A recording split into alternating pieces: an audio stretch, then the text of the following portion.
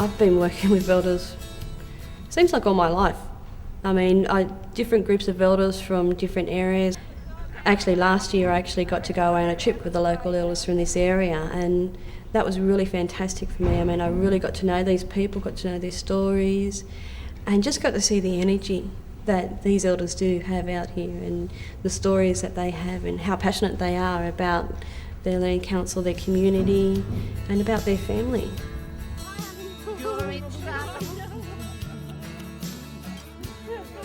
I mean, well, I see the elders as being a really important and intrinsic part of our culture. I mean, that they always have been. I mean, from them we learn from their experience, and they give us our guidances of, how to live, how to survive. I mean, they've basically gone through all the trials and tribulations, and they're the ones who actually give us the guidance of how we can live our life and how we can make it better. I mean, they've fought for our rights to have human rights these days. And if we are going to continue that fight for our generation, we can learn from our elders today. And even though the moment passed me by, I still can't turn away. I'm Enid Hughes. I come from La Perouse. I lived in there till I was married at the age of 16. I moved from La Perouse, and now I live at Inchinbrook. Life was very good when I was a kid. I enjoyed my life where I lived. We were free, we walked, we got berries, we fished, we swam, we done everything. My name is Kathleen Dawn Smales, S-M-A-I-L-E-S. My former name was Kathleen Dawn Turner, one of the Turners that come from South Australia. And I was born in the Northern Territory in a place called Newcastle Waters, Beetaloo Down Station, Newcastle Waters in the Northern Territory.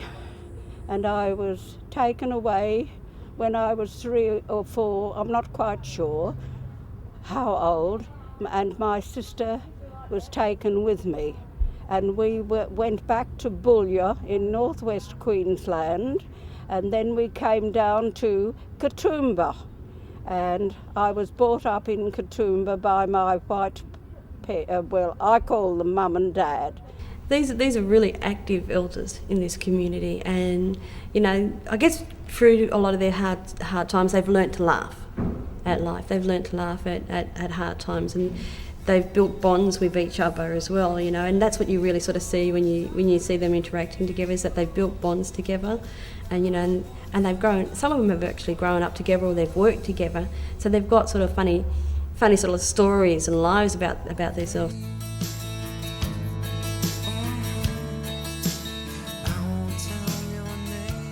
I knew Survival Day was coming up, and I thought, wouldn't it be great to take the elders to Survival Day, have them tell us what Survival Day means to us, means to them, because they are the survivors.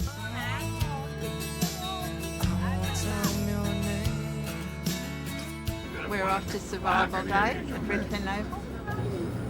Me. Oh man, we're getting involved with a lot of people. I see some old friends I haven't seen for years and years. We used to go that way dancing a lot when I was young.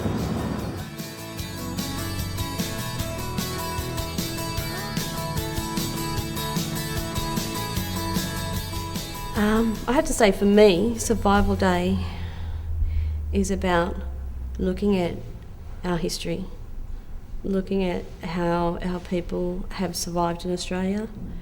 It's about it's basically about how we have survived.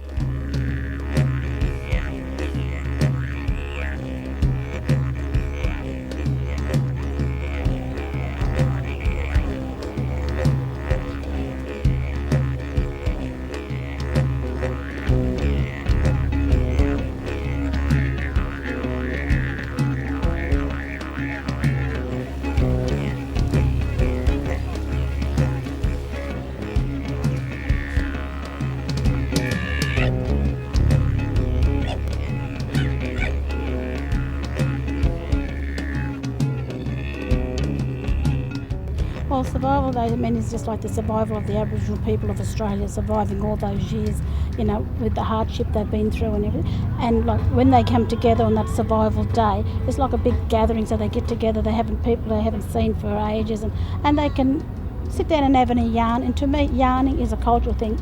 That's my belief in Aboriginal culture. I think Survival Day is just to show them that whatever they've tried, that they've not succeeded, and that we will survive. The people of my mother's generation went from becoming stolen generation or living on missions or hiding from police, how they managed to turn around and band together and start saying, well, no, this isn't right. We're not going to take this anymore. We're human beings and we have the right to use any amenity. We have the right to turn around and have an education. We have a right to have proper health. And if it wasn't for these people doing that, we wouldn't have these rights today. And so they were sort of the frontiers for that. But there were the people who were sort of behind as well, like my grandmother's people and stuff like that, who lived through all of this adversity, and they survived all of that. Racism, prejudicism, not even being recognised as Australian citizens. Like we had World War I and World War II veterans go over and fight for this country, but weren't recognised as Australian citizens. But yet they're our survivors. And in 1988, when we had 200 years of Australia celebrated its 200 years, and I went to the march in 1988. That was the first time I realised that was the first sort of conscious understanding of what Survival Day really meant for me. When I travelled on the train and I looked across, and my nan was sitting across from me, and I just saw her sitting there, and she had this strange look in her eye.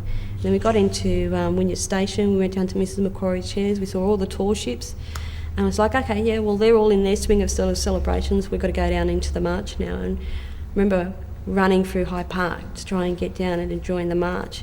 And I got to the end of Hyde Park and I looked down the street and I just saw a sea of Aboriginal people coming up towards Hyde Park.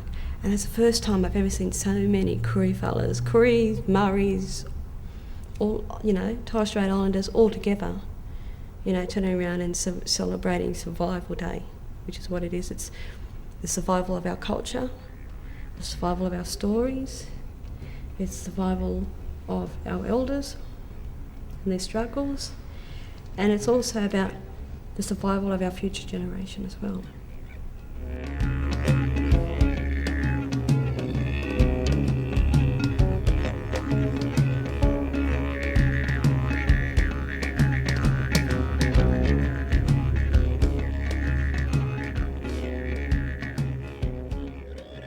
Our elders, they play a big part in our culture, I believe, because without our elders, we wouldn't get anywhere really, and they sort of paved the way for us to have a better life that we have today, Our elders got a lot of information that has been passed on to them.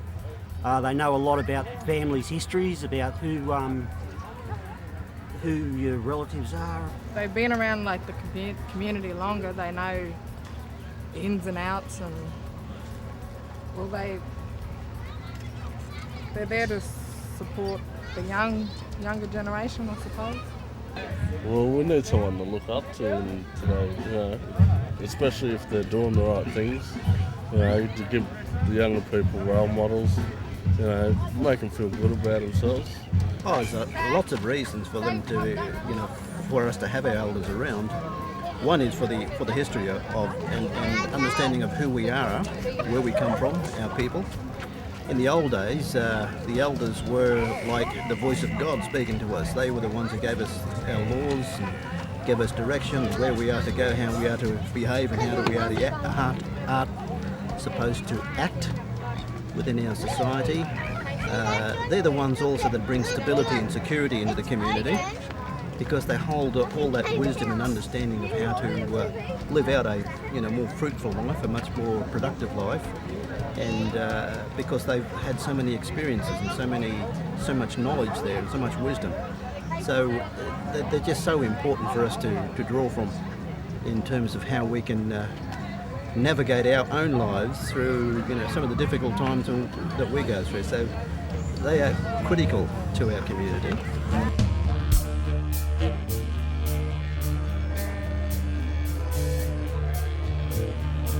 My name's Gail Smith. I'm originally from Kempsey. I'm a Dunghutti woman. My mother's from Bellbrook. That's just out from Kempsey. Our family totem is the turtle, and our tribe totem, the Dunghutti totem, is the praying mantis. I'd done Aboriginal studies because my auntie said go and do that course, and that got me into working for childcare for 3 years. I had to implement Aboriginal culture to the kids, and those kids never forgot Aboriginal stuff. And I used to talk to them, tell them just like stories, and I'd say this is Dreamtime stories. But I used to tell them little stories about when I used to go fishing with my grandmother and stuff like that, and about little turtles and stuff like that. They'd just sit there and listen and ask about all these questions, and the teacher would come out and say, you haven't got a book, what are you teaching them? I said, I'm just telling them stories, that's all. And she said, well, they should be listening, yeah, they're interested. And we'd get, like people boys to come in and do the didgeridoo or do a bit of dance and teach them things like that.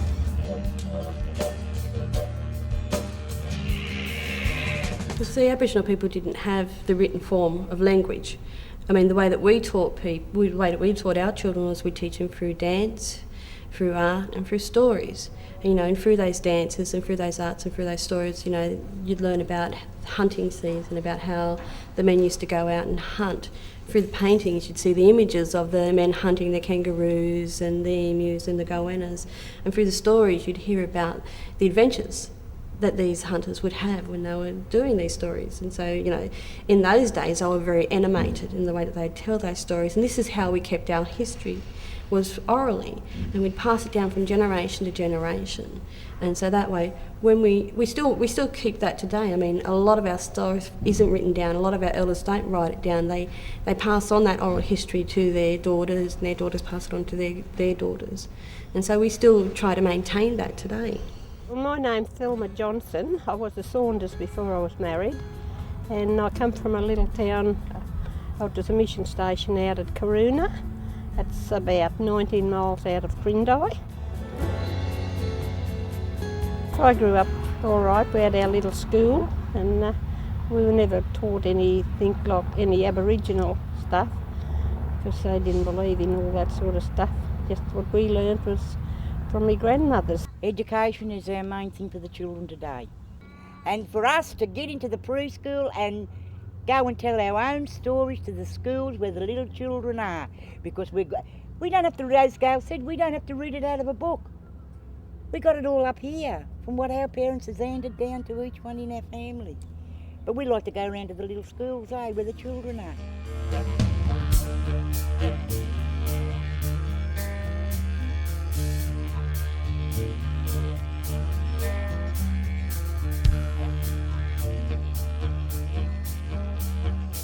Dreamtime Stories is another form of oral history. It's about, the creation of our land. It's about the creation of our animals, about the sky, about the water, and how all these things are connected to us and how we are connected to it. I mean, through our Dreamtime Stories, we know how to live with the land. We know that we don't own the land, that we are part of the land, we are a part of the animals, and that we have to keep that in balance. And that's why with Aboriginal people we have totems. Like my totem is the bush turkey. Now I can't eat the bush turkey and I have to protect the bush turkey. And another person might be a kangaroo or an emu or a goanna. And so by having these totems as well, which is passed down through the Dreamtime and the Dreamtime Stories, all of these animals, all of these totems have stories to themselves about how they were first created, how they protected that person, and then that person, that animal gives their totem to that person, and so then that person then has to take care of that animal. And so by that mutual exchange between nature and human beings, there's a underlying respect, and an underlying respect for the land and for the people, and about keeping that balance. I'm Norma Nixon. I now live in Liverpool, but I come from Redfern. My father, after the war, took us up to Greenacres to live, and it was all bush up there, and that's where he wanted us to go. So after the war, he had a choice at the house, and he said he'll take that because he wants the bush. I had my children in Brisbane, and they weren't allowed to call themselves Aboriginal, because they were still taking them from them. Because my children were white, they would take them and put them into a mission.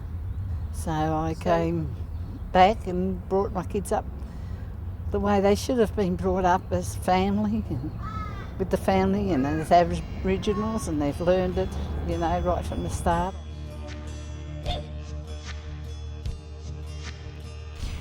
Yeah, I really think it was this generation of elders who were at that forefront, who were, you know, going and marching down at the 10 Embassy down in Canberra, who were fighting rights for land rights, who, you know, who were actually out there participating in society and showing that, look, we can do the same job as any other Australian, and we can be just as good at it as well.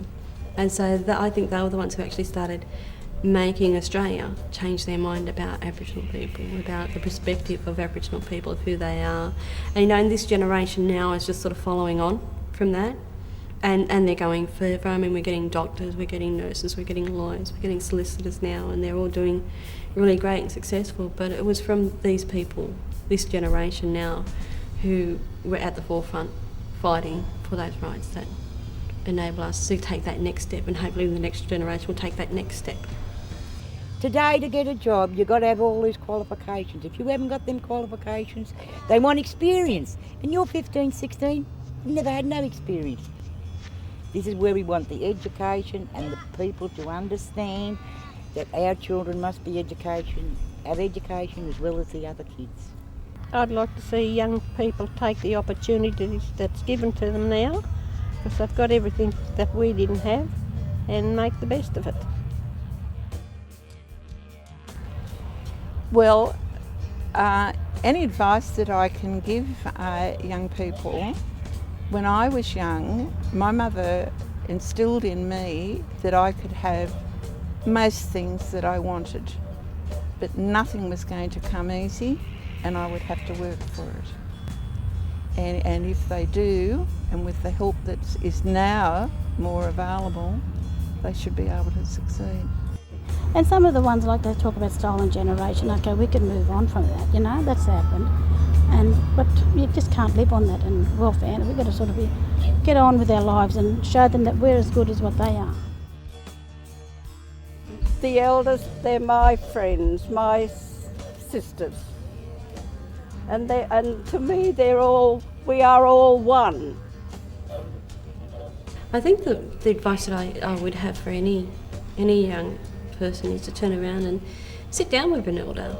You know, ask them about their life and, you know, what kind of jobs they had, where they grew up, what kind of toys did they have when they were young, and find out all the little stories that you can about them, because they're a well of knowledge. And, you know, and through getting to know them, you'll get to know yourself. I mean, this is where you can build your foundations and start developing, you know, who you are as a person.